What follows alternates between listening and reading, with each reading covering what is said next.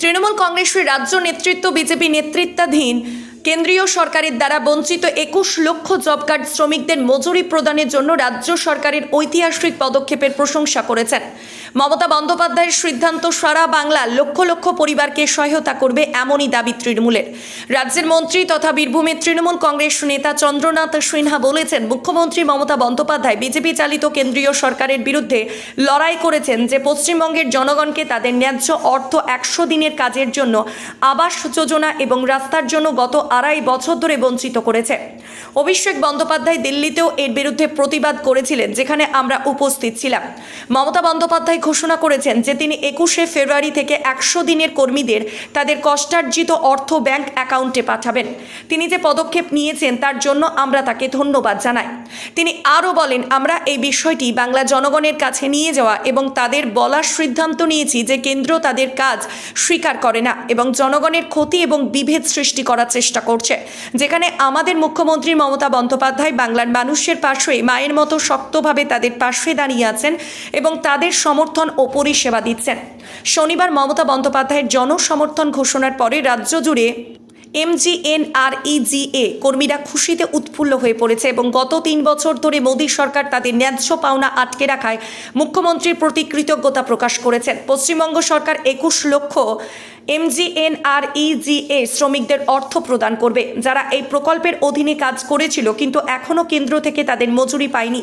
21শে ফেব্রুয়ারির মধ্যে তাদের ব্যাংক অ্যাকাউন্টে তাদের অর্থ পেয়ে যাবেন। এদিকে তৃণমূল কংগ্রেসের নেতারা এবং তাদের অন্যান্য সংগঠন তাদের আন্দোলন অব্যাহত রাখবে বাংলার বিরোধী বিজেপি। রাজ্যের ন্যায্য অধিকার মুক্তি না দেওয়া পর্যন্ত জনগণের অধিকারের লড়াই হিসেবে কলকাতার রেড রোডে বিক্ষোভ চলবে। প্রথম হচ্ছে, কেন্দ্রীয় সরকার যখন ভোট আসে, তারা যখনই ভোট আসে তখনই তাদের বিভিন্ন রকমের প্রতিশ্রুতি দেয়।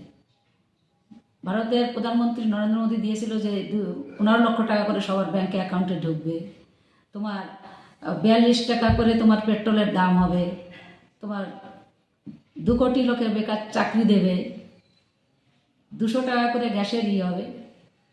তারই একজন তো কেন্দ্রীয় স্বরাষ্ট্রমন্ত্রী সেখানে দাঁড়িয়ে শান্তনু ঠাকুরও তো সেই একই প্রতিশ্রুতি দিয়েছিল যে ঠাকুরবাড়িকে আমরা রাজনীতি মুক্ত করব। শান্তনু ঠাকুর যদি ভোটে দাঁড়ায়, কি পরিবারের কেউ যদি ভোটে দাঁড়ায়, আপনারা কেউ ভোট দেবেন না। তার মিথ্যে নিয়ে রাজনীতি শুরু হয়েছিল এবং ভোটে দাঁড়ানোর সময় সে অনেক প্রতিশ্রুতি দিয়েছিল লোককে, যে জিতলে আমি বাগদা থেকে শুরু করে আমি তোমার রেল লাইনের কাজ করে দেওয়া হবে, সেরকম প্রত্যেক মানুষের ল্যাপটপ দেবে ছাত্রছাত্রীদের। এরকমই প্রচুর মিথ্যে কথা ও বলে আজকে মানুষকে বিভ্রান্তির ভিতরে রেখেছে।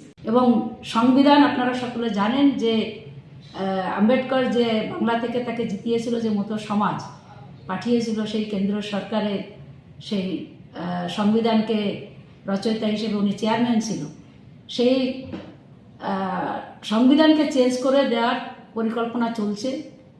ভারতকে বাঁচানোর জন্য, দেশকে বাঁচানোর জন্য, সংবিধানকে বাঁচানোর জন্য সকলে মিলে একত্রিত হয়ে বিজেপির বিরুদ্ধে আমার মনে হয় সকলকে লড়াই করা উচিত। এবং শান্তনু ঠাকুর একের পর এক তার পায়ের তলে মাটি নেই।